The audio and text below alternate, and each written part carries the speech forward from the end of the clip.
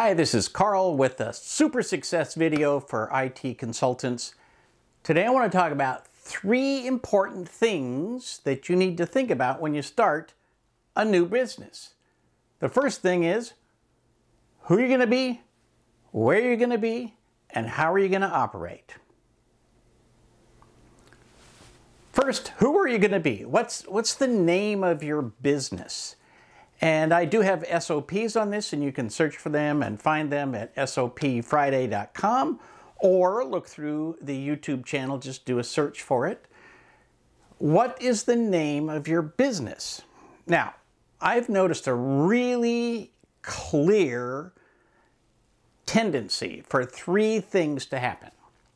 The first thing is people come up with what I would call stupid names. These are names where you take random letters and words, you spell them all wrong, and then you call that your business. And I'll give you a great example. Many years ago, I was in a sales training from somebody that Microsoft had hired to send around the country and blah, blah, blah. And he started foolishly asking people, tell me the name of your business. And he went up to the whiteboard and people would say, oh, we're Zyber Super Duper Tech. And cyber is with an X and tech is with a K. And he was like, wait, what? And it took him like 3 minutes to write the name. Then he went to the next person. And they were super goober hoopty doop, like they were just like they made up these words and nobody could understand them.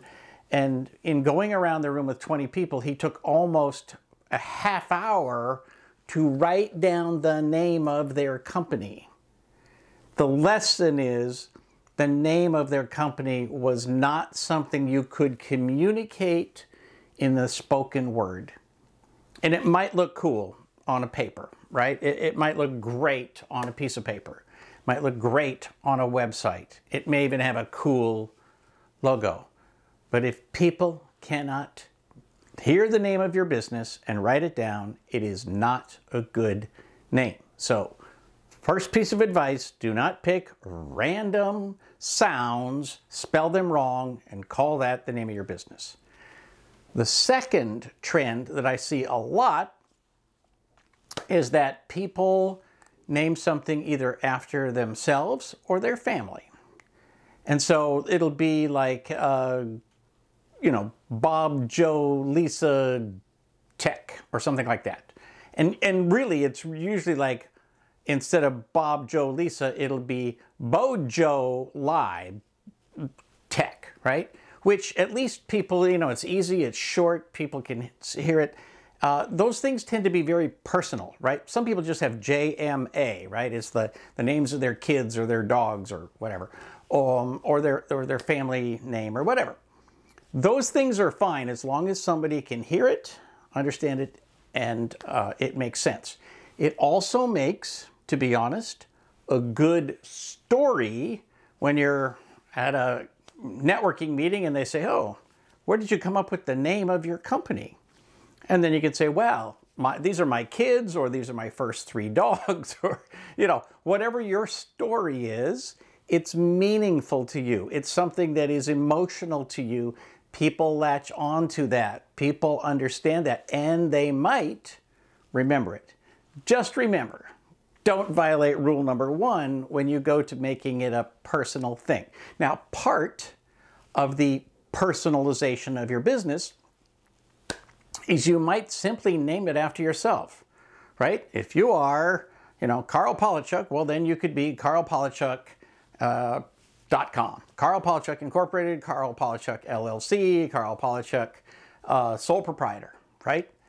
And that actually works pretty well for most businesses, depending on your name. Makes it easy when people write the name of your business and they write the name of your check or whatever. If they're going to send money, they want to wire it to you. Well, you are you, and right, and so it makes life easy. So I don't have any problem with any of those kinds of things. Now, when you get to incorporation versus sole proprietor, you may want to have a different name for your business than you do for you personally. That's up to you. That's a different story. We're going to cover that another time. But using your name, again, is actually quite personal. And then nobody has any questions about why did you pick that name, right? The third trend I've seen, which I like the most, is to be able to pick something that makes sense to you, right? If you are in Central Boulder and you're doing IT consulting, then Central Boulder IT Consulting is a really great name, right? If you are in the Sierras, well then Sierra IT Consulting makes great sense.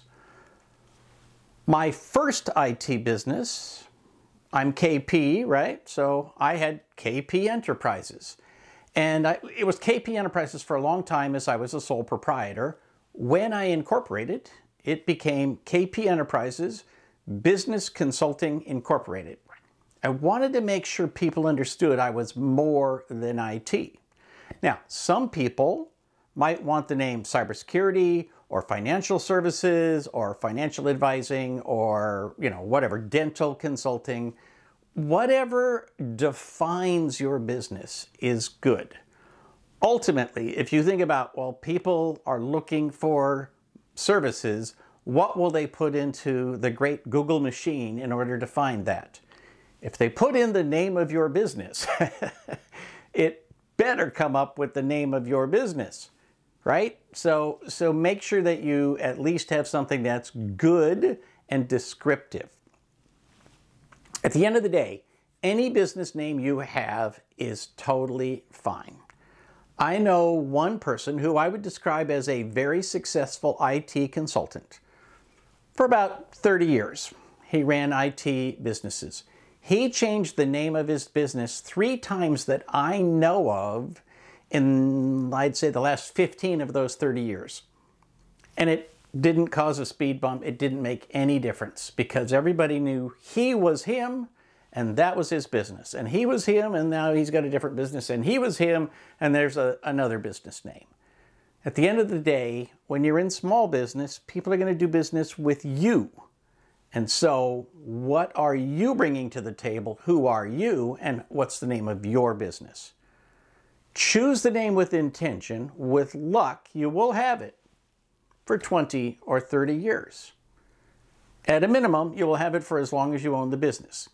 That's also a really good reason to think about having a name other than your own name, so that if you decide that you're going to give the business to somebody, sell the business to somebody, let one of your children inherit it, or take on a partner, well, it's handy if you don't have to change the name of the business. But again, people do change business names, and it's just fine.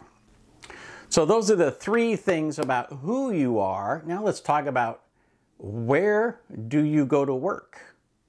When I ask the question, where do you go to work? What I'm really asking is, are you going to have a home office or an office outside the house?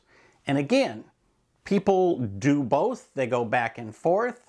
I will say, when my business was hitting on all cylinders, when I had the most employees, the most clients, the most endpoints, making the most money, enjoying every piece of my business to its highest extent, I had an office for about 8.5 years. I had the same office. I had offices before that, I had offices after that, but this one office really sticks out in my brain, and I'm sure the rent has gone up since then, but I had a ridiculously great, cheap rental price because I was in a light industrial building. Almost everybody else in the entire building was an artist, and the landlord was super nice and let me do almost anything I wanted. And I had pretty much about half of the bottom floor of this building, and I loved it. And it was great. It gave people a place to go. There was a place there where they could keep some things. They could keep a change of clothes in case they were going to do something after work. We could all meet there, have a meeting, go to lunch. We even had events in the evening for employees. We would have a movie night. There's all kinds of advantages to having an office. Now, I did start out, as most people do, with a home office. And here's the deal. you need to go talk to your financial advisor, go talk to an enrolled agent who specializes in tax law. And if you're outside the United States, whatever the equivalent is that specializes in tax law, and determine whether or not you can have a home office deduction. And if you can, how much is it worth? You know, people always say, oh, it's tax deductible. Well, that doesn't mean the same thing to everybody, and it means only one thing to the taxing authority. So determine the absolute dollar value of the home office deduction before you make all kinds of business decisions around it. As a rule, if you can get away with having a home office, you should. As a rule, if you are a corporation, including an S-corp, you cannot take a home office deduction even if you're working from home, and you can't have a benefit from renting a room to yourself in the house you live in. I'm not a tax consultant. Talk to your enrolled agent about the current laws and what you can and can't do. Do not mess with the IRS. Now, having said that, if you have some place to go to work outside of your house, you probably cannot take a home office deduction, right? You can't rent an office downtown and then also have a home office deduction unless those are for two different businesses, blah, blah, blah. Talk to your tax consultant. I am not a tax consultant. Do not mess with the IRS. So if you do have the opportunity to do a home office deduction, it is spectacular because you literally get to take a chunk of your house and save a chunk of money on taxes, and it's a real savings. Some business deductions are not a great savings, but again, calculate this out. Know what it is before you make this decision. Spending an hour, even if you have to pay for it, with a tax consultant. And I don't mean a tax attorney because that's a whole different animal. I mean somebody who prepares and files taxes on your behalf and can represent you in front of the IRS. That's who you want to talk to. Ask them exactly how much money it is worth for you to have a home office deduction. And if it is, take it. Now, having said that, your home office needs to look like an office. It shouldn't be filled with toys. It shouldn't have a baby's crib in it. It shouldn't be actually a dog kennel that's got a little desk in the corner. If somebody from the IRS walked in, would they say, well, this looks like an office to me? It's got books on a shelf. It's got a file cabinet. It's got a computer. It's got a printer. It looks like its primary purpose is an office. And, you know, at the end of the day, if it is intended to be an office, it probably is an office. The bottom line is this one does take a little work. It takes a little penciling out some numbers to determine exactly what the value is. But if you can take a home office, I would recommend that you do so and that you take as long as possible to stay in that home office and get the maximum benefit of it before you move to an office outside the house. Again, offices outside the house have tremendous benefits. You can take deliveries there. That's a beautiful thing. You can also take deliveries at a UPS store. Even when I had an office, a physical office, I always took deliveries at the UPS store for most things, because if somebody's not at the office at the moment that somebody comes to make a delivery, well, you got a problem, right? But if you got a UPS store, everything shows up there. They're going to take care of it. It should be secure. That's for you to argue with them about. But basically, you can take big deliveries there for equipment that you're selling and so forth, and it's in a secure place. If you have somebody in your office, you know, 8 to 5, 9 to 6, whatever, normal business hours, and you can take deliveries there, that's totally fine. Just make a decision that makes sense for your business and that's going to last longer than this week. You know, make a decision that's good for a year or two. In a perfect world, you'll stay in that office for quite a while. You have to decide how it's organized, and there's all kinds of stuff that goes along with that. But the bottom line is there are many good reasons to have an office. It allows you to have a dedicated workbench. It allows you to have networking equipment set up and ready to go so you can put together model networks of your client systems before you migrate to new systems or to the cloud or whatever. You can model all of that on the bench. You can have a place for your technicians to hang out, have lunch, enjoy themselves, and get their work done. It's a beautiful thing. I will say, when I moved out of that office, what I discovered is that over the years, people have decided, hey, can I go to Office Depot and get this or that or the other thing? And I always said yes, yes, yes. And when I moved to a different setup, well, what I discovered is that there were more staplers than I ever had employees. There were more tape dispensers than I ever had employees. I had entire collections of unopened office supplies in every color you can possibly imagine, right? So, you know, junk expands to fill the space available. The more employees you have, the tighter a grip you need to keep on these sorts of things. But I mean, the bottom line is I had probably 20 people that I hired and, you know, came through that office at some point over the course of the 8.5 years that I had that one office. When we moved to a smaller office, it was pretty easy. There were only 3 of us, and I had sold the company, and I was now working for or working with the person who had bought that company. It was a whole different, you know, system, and it was not my problem, right? So, you know, whatever you need to do, just go through it and make sure that you have good processes and procedures. But the biggest question is, am I going to work from home or work from an office? Now, skip ahead a bit. Since the pandemic, many, many people have discovered, even in IT, that there are tremendous benefits from having everybody work from home.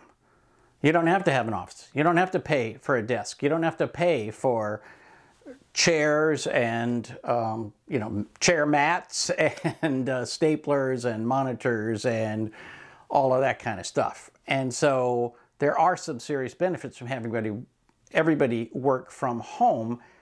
There is a need to keep an eye on culture.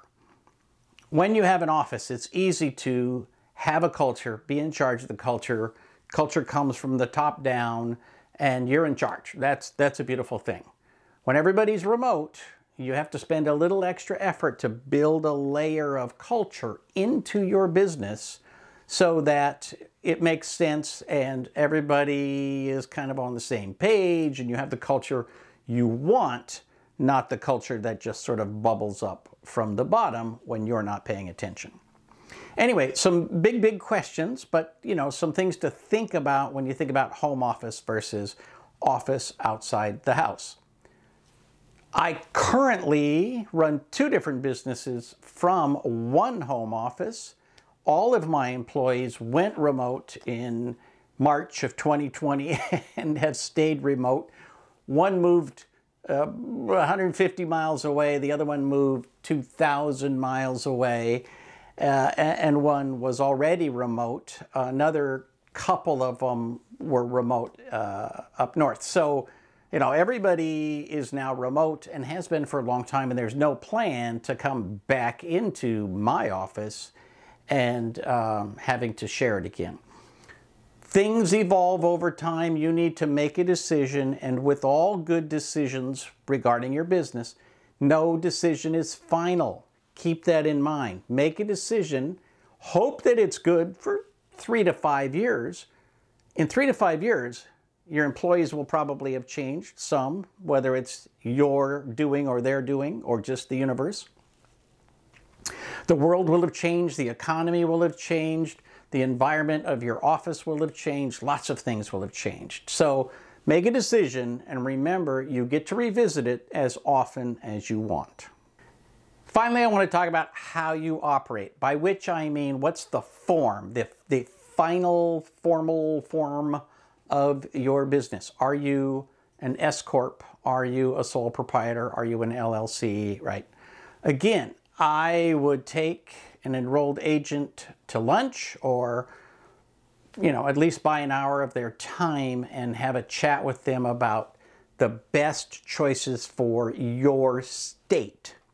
Now, we used to have lots and lots of options, and technically we still do, but as time has gone on, the laws have changed so that most of the benefits for most of the ways that people do most of their business don't really make them stand out as much as they used to. For example, LLC. If you're not in real estate, I don't know that there's any tremendous advantages of an LLC over an S-Corp.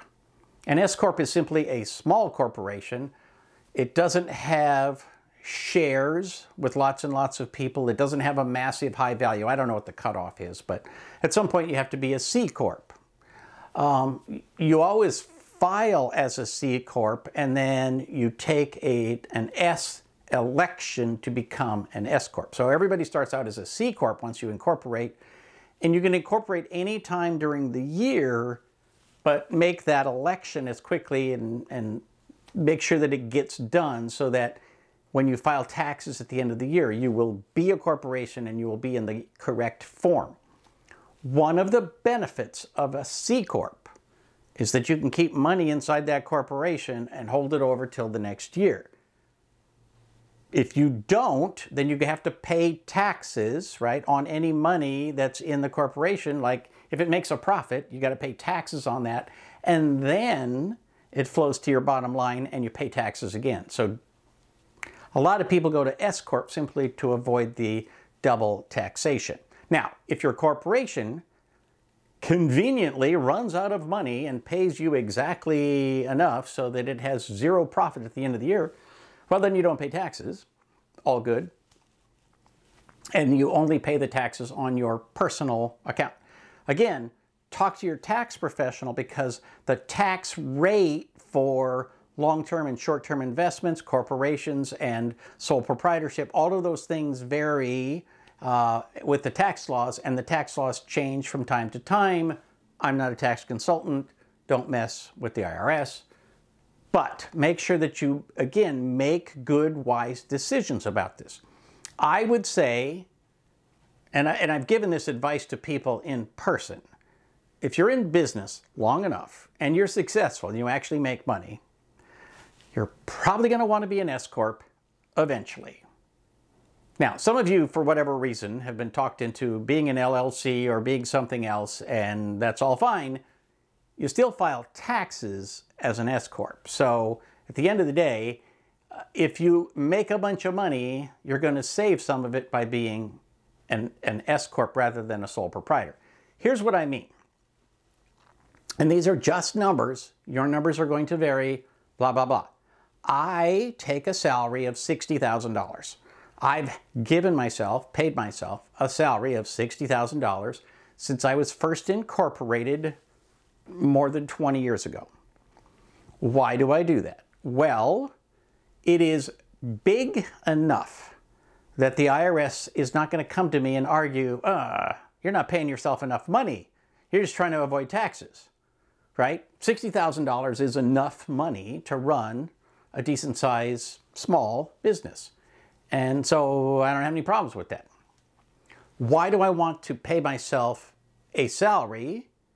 Well, because if you work for somebody else, you have to pay, this is the US law, I don't know how it works in other countries.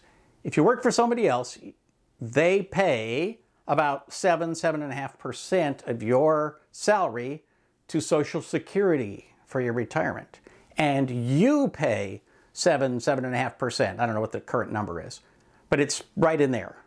So somewhere 14 or 15% of your total salary, company pays, you pay, the total is 14 or 15% goes to fund your Social Security retirement. Like it or not.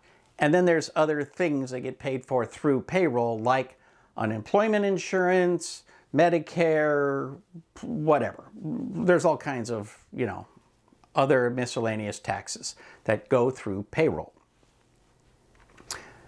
Payroll is a great example of the government getting paid in advance, and you should get paid in advance. That's a different video. So the bottom line is, when you become self-employed, well, you have to pay both sides of that. If you are a sole proprietor, you simply make quarterly payments to the government. You add up a whole bunch of stuff. A piece of that is self-employment tax, which is essentially the same thing as the Social Security tax, right? Self-employment, Social Security goes into the same bucket, and that funds your Social Security retirement, okay, at the same rate. So now you are paying 14% instead of splitting that with an employer, okay? And if you, let's say 14%, if you make $100,000, well, you pay $14,000 in Social Security. If you only make $50,000, well, you pay $7,000 to Social Security. The reason I pay myself a salary is so that I am a corporation. I hire myself, the corporation pays me a salary, and I limit my Social Security contribution to 14% of $60,000. So if I make 100, that's fine. I pay taxes on my bottom line, on my personal income, on the 100,000, but I only pay that Social Security on the first 60,000 of salary that I pay myself as a corporation. Again, I'm not a tax consultant. Don't mess with the IRS, but you need to look into this, and you need to make sure that you understand the numbers for you and for your company. The advice, if you're a truly new IT consultant, is this. You're probably going to start out as a sole proprietor. You're probably going to have a home office, and you should try to do those two things as long as you can. But if you're going to make $150,000, $250,000, $350,000, $400,000, if you start making that kind of money, you do need to incorporate at some point so that you have some tools to limit your taxes. There are also some other benefits of being a corporation, don't get me wrong, but the main thing for me has been the amount of taxes and how I pay those taxes. I will say this, do not skip paying the taxes. Whether you make quarterly distributions, I try to take out massive deductions and pay all of my taxes through payroll deductions. That's just me. I'm a lazy kind of a guy. And if I have to true up at the end of the quarter, I do that. But for the most part, I don't want to save up this massive amount of money so that 4 times a year I make this gargantuan distribution to the federal government. You know, whatever. You do what you want to do. Work with your enrolled agent. So the bottom line is, you need to think about the form of your corporation, and in both the Managed Services Operations Manual and in Service Agreements for SMB Consultants, I talk about the form of business and how it affects you. You should go read those, but for the most part, the advice really is always going to be, go talk to an enrolled agent and get good advice for your city, your town, your state, your country, if it's not the US, and make sure that you make good decisions. If you make the wrong decision about the form of your corporation, it could cost you many tens of thousands of dollars per year. And that is per year for as long as you're making the wrong decision. So if you make the wrong decision for 10 years, it might cost you that much money. And this video is not an endorsement of enrolled agents, but holy smokes. I can name 3 times off the top of my head, and more if I think about it, but I can name 3 times when I was doing taxes and my enrolled agent gave me advice that saved me at least $17,000 and in one case $20,000 in one decision. So please engage a professional who knows what they're talking about. I just want to give you some guidance. I want to set you down the right road. I want to make sure you have some things to think about, but make sure that you talk to a professional. So, who are you, where do you work, and how do you operate? Well, these are things you need to consider as you start your business. Also, consider buying the entire 4-volume set and consuming all of the great standard operating procedures in the Managed Services Operations Manual. For Small Biz Thoughts, this is Carl Polachuk wishing you the best of luck in your managed service business.